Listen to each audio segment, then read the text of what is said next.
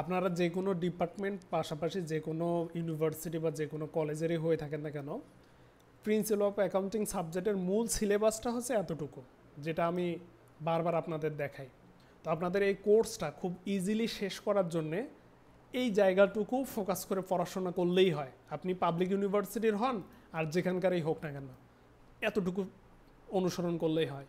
এবং একই সঙ্গে ন্যাশনাল বিশ্ববিদ্যালয় এবং 7 কলেজের শিক্ষার্থীদের জন্য বা আমাদের পাবলিক বিশ্ববিদ্যালয়ের ছেলেমেয়েদের জন্য আমি যে মাস্টার প্ল্যানটা দিয়েছি, এইটা অনুসরণ করলেই মোটামুটিভাবে সকল সাবজেক্টের প্রস্তুতি নেওয়া যায়।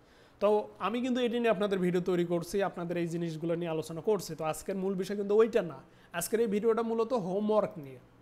হোমওয়ার্ক মানে আপনাদের বাড়ির কাজ। যারা আমাদের পেইড ব্যাচে আছেন, আপনারা নিশ্চিত থাকেন আপনাদের টোটাল ক্লাস হয়েছে কয়টা? 5টা। আজকে সহকারে 5টা ক্লাস হলো। এই 5টা ক্লাস থেকে আপনারা 100% অ্যাকাউন্টিং ইকুয়েশন থেকে 10, জার্নাল থেকে 10 কোশ্চেন কমন পাইলেই হলো।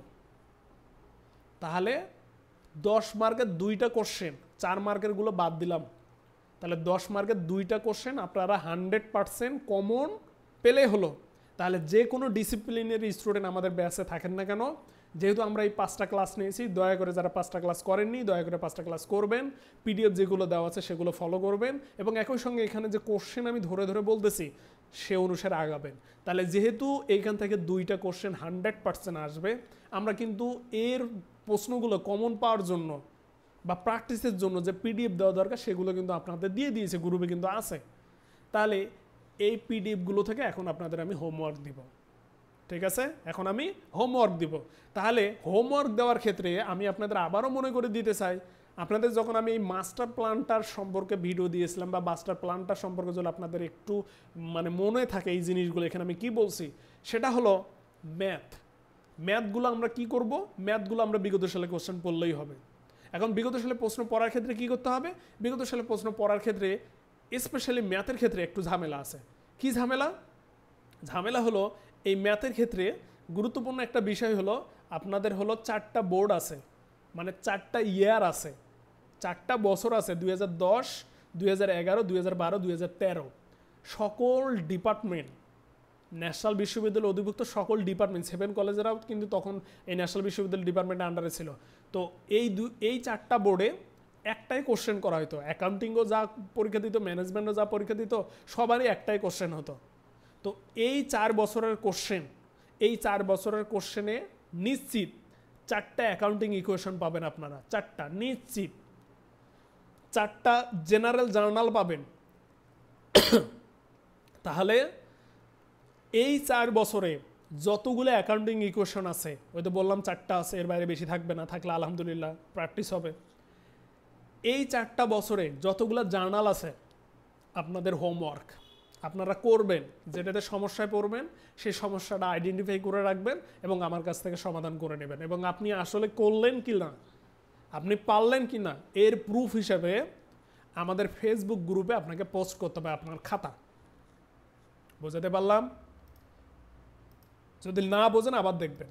তাহলে নতুন পুরাতন যে স্টুডেন্টে আমাদের ব্যাচে জয়েন হন না কেন, হোমওয়ার্কের এই ভিডিওগুলো আলাদাভাবে থাকবে। আপনি হোমওয়ার্কের ভিডিওতে ঢুকবেন এবং হোমওয়ার্ক কী দেওয়া থাকলো কোশ্চেনও কমন নেবেন এবং আপনার প্র্যাকটিস যেটা সেটা আপনি করবেন। হ্যাঁ, মনে করেন যে আমরা আমাদের কোর্সের শেষের দিকে, আপনি সবাই মাত্র জয়েন করছেন অথবা পরের ব্যাচের স্টুডেন্টরা জয়েন করছেন, এখানে হোমওয়ার্ক কী দিয়েছে এই হোমওয়ার্কগুলো আপনি করবেন, করে আমাদের ফেসবুক গ্রুপে পোস্ট দেবেন এবং আপনার সমস্যা থাকলে নিজ দায়িত্বে, ভাই আমার এখানে সমস্যা, এটা আমাকে সমাধান করে দেন, আমরা সলভ ক্লাসের জন্য সময় দেব। তাহলে নেক্সট দিন যারা, যেহেতু আমাদের ব্যাচ কারেন্ট চলতেছে, যারা তোমরা আমাদের কারেন্ট স্টুডেন্ট, তোমাদের হোমওয়ার্ক থাকলো এই 4টা বোর্ডের অ্যাকাউন্টিং ইকুয়েশন জার্নাল খুঁজে বের করেন। আমি দেব না, বের করে দেবো না, আপনারা নিজেরা খুঁজে বের করেন এবং সব কটাই করবেন। এই খুঁজে বের করাটাও একটা দক্ষতা, এইটাই আপনাদের কাজ, হোমওয়ার্ক। ঠিক আছে, এখন আরেকটা বিষয় আসি। এখন এগুলো তো হোমওয়ার্ক, এগুলোর উপর তো সলভ ক্লাস হবে, অনেকগুলো সলভ ক্লাস হবে, কারণ এরপর আরও ইয়ারের কোশ্চেনগুলো আমরা সলভ করবো, মানে 2022-23 পর্যন্ত সলভ করব। তাহলে প্রথমে 4টা বোর্ডের তো দিয়ে দিলাম, এরপর বাকিগুলো দিয়ে দিব নি। আর এখানে তো দিক নির্দেশনা আছে কেমনে বাকিগুলো আমরা করব। এখন এই যে হোমওয়ার্কগুলো হবে, এখন আমি আপনাদের এই যে পিরিয়ডিক পারপাস, সরি, আপনাদের তো এখানে 3টা কোশ্চেন আপনারা কমন পেতে পারেন, এখান থেকে 10, এখান থেকে 10। এই যে আজকে ক্লাস হলো পারপেচুয়াল সিস্টেমের, এই 3টা মানে অনেক সময় স্পেশালি ম্যানেজমেন্ট ডিপার্টমেন্টে 2টা জাবেদা আসে বড় বড় 10-10-এর, তাহলে 3টাও কোশ্চেনও কমন পেতে পারেন। তাহলে বাকি কি থাকলো জাবেদার মধ্যে? জাবেদার মধ্যে এখানে থাকলো লেজার এবং একই সঙ্গে ট্রায়াল ব্যালেন্স। আমি একটা অঙ্ক করে ভিডিও তৈরি করে দিলে অথবা আমরা নর্মালি একটা ক্লাস দিলে আমাদের ওই অংশটা শেষ হয়ে যাচ্ছে, ওইখান থেকে একটা কোশ্চেন কমন আসতে পারে। স্পেশাল জার্নাল, যেহেতু আমরা হোমওয়ার্কগুলো দিলাম আপনাদের, আমি স্পেশাল জার্নাল 4টা আমাদের শিখতে হবে। এই 4টার 30 মিনিটও না 20 মিনিট করে 4-20 80 মিনিটের 2টা হোক 3টা হোক বা 4টাই হোক ক্লাস আপলোড করবো, আপনারা দেখে নেবেন। আমাদের স্পেশাল জার্নালও শেষ।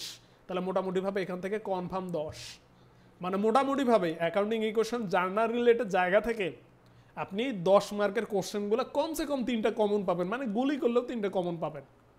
আর বাকিগুলো এই যে এগুলো থেকে আপনারা পরবর্তীতে কমন পাবেন। তাহলে আমাদের কিন্তু দেখেন পাস কিন্তু উঠে যাচ্ছে। তাহলে পরবর্তীগুলা আমরা এগুলা এক্সারসাইজ দ্রুত শেষ করব, আর এগুলোর ভিডিও আপলোড হবে, ক্লাস হবে। সুতরাং ক্লাসের সঙ্গে তাল মিলাবেন এমনটাই আমি আশা করব। আর যারা নতুন আসবেন তারা ক্লাসগুলো যেহেতু খুব সুন্দর করে রেকর্ড করা থাকবে সেগুলো তো দেখবেন। আর ওই সময় আমাদের যে রুটিন চলবে সেই রুটিনের সঙ্গেও আপনি তাল মেলাবেন। তো আপনাদের যা লাগে সব কিন্তু দিয়েছি। অ্যাডমিশন টেস্টের মতো মনে করিয়েন না যে বড় ভাইয়ের নৈবেত্তিক সলভ করা দেখলে আমার পাস আসবে, কারণ 4 ঘন্টায় এক্সাম হলে আপনি থাকবেন, আমি না। আবারও বলতেছি, এই ভুলের কারণে তো এখন ন্যাশনাল বিশ্ববিদ্যালয়ে পড়া লাগতেছে বড় ভাইদের পিছনে পড়ে। এই সেম ভুলটা পাবলিক বিশ্ববিদ্যালয়ের ছেলেমেয়েরা করে, বড় ভাইদের কাছে প্রাইভেট পড়ে, ঠিক আছে, ক্যাম্পাসে মাঠের মধ্যে বসে বসে, যে বড় ভাইরা যেটা বলবে স্যাররা যেটা বলবে অতটুকুর মধ্যে সীমাবদ্ধ থাকে। নিজের দায়িত্ব যদি নিজে বুঝে না নেন এবং নিজেকে তৈরি না করেন 4 বছর পর সাফার করবেন। তো আমি আপনাদের পরবর্তীতে জানাবো নিয়ে, স্পেশালি আজকে এই ভিডিওর লাস্টে 3টা কথা বলে দিই যে একাডেমিক অবস্থা থাকাতে, মানে আপনি অনার্সে 4 বছর থাকা অবস্থায় আপনি 3টে জিনিসের উপর জোর দিবেন। কি কি? ইংলিশ স্কিল, ঠিক আছে। 2, এটাকে আমি কি বলবো, টেকনোলজির স্কিল, মানে কম্পিউটার স্কিল। এবং 3 আমি আপনাদের বলবো হচ্ছে একাডেমিক রেজাল্ট। তাহলে আপনারা যারা এই যে আমাদের কাছে ফার্স্ট ইয়ারের স্টুডেন্টরা ভর্তি হয়েছে, তাহলে আপনারা ফার্স্ট ইয়ারের স্টুডেন্টরা ফার্স্ট ইয়ার সেকেন্ড ইয়ার অন্য কোনো দিকে চোখ কান দিবেন না। চাকরির প্রস্তুতি আমি পরবর্তীতে আপনাদের শেখাইব নি, আগে পরীক্ষা দিয়ে বের হন সবে বলে দেবো নি।